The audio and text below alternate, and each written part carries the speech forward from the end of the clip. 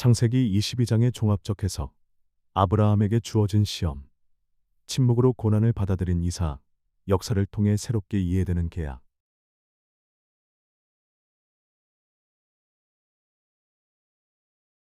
서론. 이 글은 창세기 22장이 전하는 아브라함이 이삭을 신에게 봉헌하려 한 이야기를 바탕으로 이 본문이 드러내는 신학적 의미를 여러 관점에서 분석한다. 특히 전제한 신이 왜 아브라함을 시험했는지에 대한 근본적 물음을 다루고 이삭의 침묵이 지닌 깊은 의미를 살펴보며 유다 민족이 겪은 고난과 신의 약속 사이의 긴장을 새롭게 해석한다. 또한 마테오 복음서 27장의 피해 책임 구절에 대한 잘못된 해석 문제를 살펴보고 제2차 바티칸 공의회가 제시한 화해의 신학을 통해 그리스도교 내 반유대주의를 극복하려는 신학적 노력을 다룬다. 궁극적으로는 성경 본문을 문자 그대로 읽는 것을 넘어서 신비와 계약, 고통과 침묵, 성취라는 5가지 주제를 통해 창세기 22장을 새롭게 해석하는 종합적인 관점을 제시한다.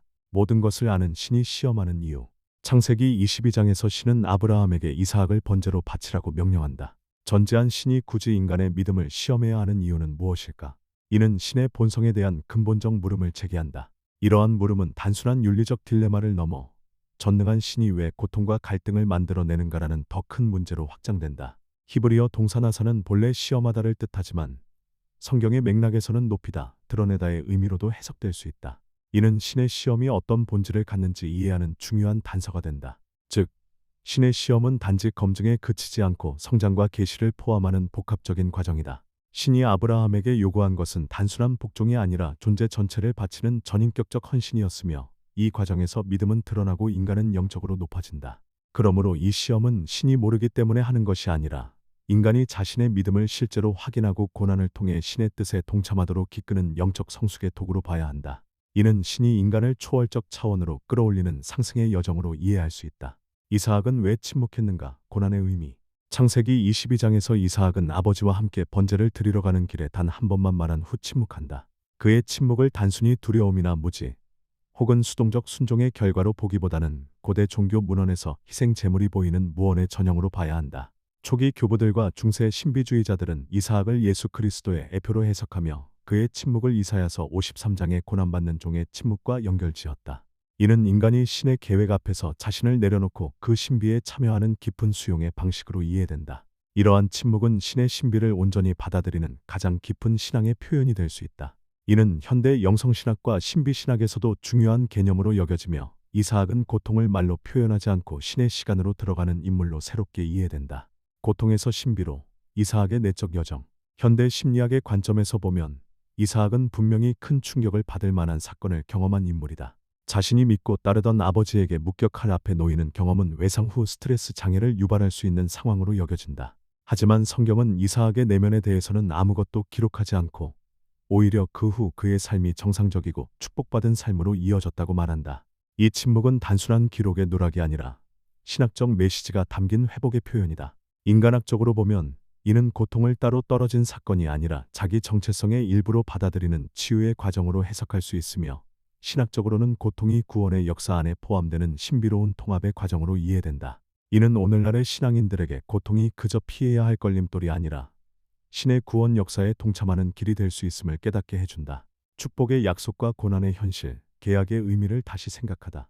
창세기 22장에서 신은 아브라함에게 그의 후손이 하늘의 별처럼 많아지고 적의 성문을 차지할 것이라고 약속한다. 하지만 유다 민족의 실제 역사는 바빌론 유배, 로마의 압제, 디아스포라, 중세와 근대의 탄압, 홀로코스트에 이르기까지 끊임없는 고통의 연속이었다. 이런 현실은 과연 축복이 제대로 이루어졌는지에 대한 근본적 의문을 불러일으킨다. 가톨릭 신학은 이러한 괴리를 약속이 실패한 것으로 보지 않고 오히려 신비롭고 구원사적인 방식으로 성취된 것으로 이해한다. 사도 바오로는 로마서에서 참된 아브라함의 후손은 혈통이 아니라 믿음으로 살아가는 이들이라 말하며 아브라함과의 계약이 예수 그리스도 안에서 보편적인 믿음의 공동체로 이루어진다고 해석한다. 즉, 계약의 성취는 민족적 정치적 현실보다 영적 교회론적 차원에서 더 넓게 해석되어야 하며 유다 민족의 고난조차 신의 구원 역사에 참여하는 신비로운 계시로 봐야 한다는 것이다. 마테오 복음서 27장의 피해 책임 구절이 오해받은 역사와 교회의 회복신학. 유다 민족이 이러한 고난을 받은 것은 신의 저주나 심판 때문인가? 역사적으로 이런 해석의 근거로 제시된 대표적인 구절이 바로 마테오 복음서 27장 25절이다. 그 피에 대한 책임은 우리와 우리 자손에게 있다라는 이 구절은 오랫동안 유다 민족 전체를 예수의 죽음에 대한 책임자로 여기는데 잘못 사용됐다. 그러나 이 구절은 당시의 모든 유대인을 가리킨 것이 아니라 빌라도 앞에 모인 군중이 한 극적인 말이며 구약의 예언이 이루어지는 장면을 문학적으로 연출하는 장치였다. 제2차 바티칸 공의회의 선언문 비그리스도교와 교회의 관계에 대한 선언은 이 구절을 민족 전체에 대한 저주로 해석하는 것을 분명히 거부했다. 가톨릭 교회는 유다 민족을 신의 계약 안에 있는 형제로 인정하며 예수의 죽음을 인류 전체의 속죄를 위한 보편적 희생으로 선언한다. 교황 요한 바오로 2세는 로마 유대교 회당을 방문하여 여러분은 우리의 형제입니다라고 말함으로써 화해와 회복을 추구하는 신학의 방향을 분명히 했다. 따라서 이 구절은 문자 그대로나 민족 전체에 대한 해석에서 벗어나야 하며 그리스도교와 유대교 간의 신학적 화해를 위한 출발점으로 이해되어야 한다. 결론. 창세기 22장이 드러내는 구원 역사의 핵심. 창세기 22장은 그저 종교적 순종을 보여주는 서사가 아니다. 이는 인간 존재의 한계를 시험하면서 고통과 침묵, 의심과 순종, 실패와 성취가 서로 얽혀있는 신비로운 구조를 가진 구원 역사의 핵심 사건이다. 아브라함은 믿음의 순종을 통해 계약의 모범이 되었으며 이사학은 침묵 속에서 고통을 받아들임으로써 예수 그리스도의 희생을 미리 보여주는 인물이 되었다.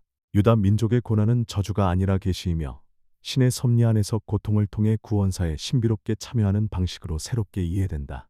신앙은 언제나 모순과 신비를 거쳐간 후에야 성숙해진다.